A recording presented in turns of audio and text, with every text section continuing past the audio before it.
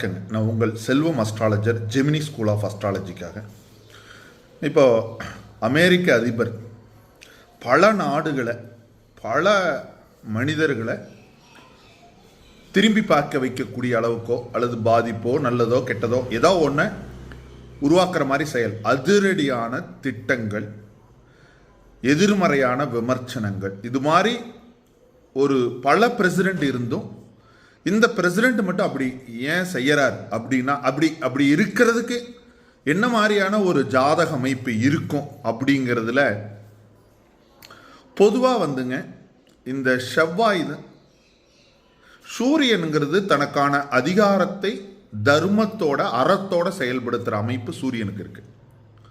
ஆனால் செவ்வாயும் ராகுவும் ஒருத்தருக்கு இணைஞ்சிருச்சுன்னா இங்கே அறம் தர்மம் அப்படிங்கிறதெல்லாம் இருக்காது. தான் நினைக்கிறத செய்யணும், தான் சொல்கிறத கேட்கணும், இல்லைன்னா எதிராளியை துவம்சம் பண்ணக்கூடிய, எதிராளியை எந்த எல்லைக்கு கொண்டு போய் நிறுத்தக்கூடிய ஒரு வல்லமை இந்த செவ்வாய் ராகுக்கு இருக்குங்க.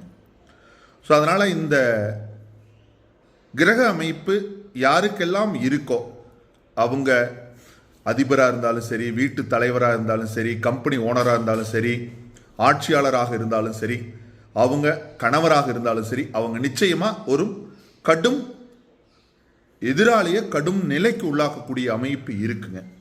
இவங்களை திருமணம் செய்யக்கூடிய நபர்களுடைய நிலை கடினமான சூழலாகவும் தான் இருக்குங்க.